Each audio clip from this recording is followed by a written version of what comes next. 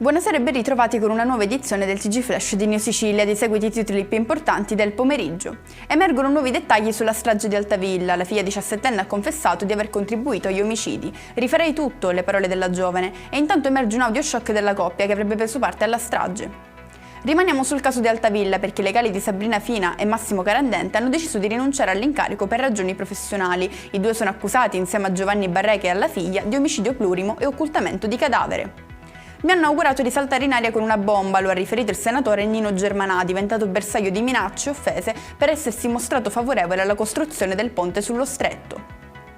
Passiamo allo sport, arrivano lettere aperte ai tifosi del Catania da parte del presidente Rosario Pelligra. Il patron rossazzurro farà presto rientro in Italia e risponderà alle domande dei giornalisti in una conferenza stampa sul delicato momento del club. In conclusione il meteo, sole ancora una volta protagonista nella giornata di domani in Sicilia. Non mancheranno nubi sparse che comunque non comprometteranno il bel tempo sull'isola. E con questo è tutto, prossimo appuntamento lunedì alle 13:30. Grazie per averci seguito e buona serata.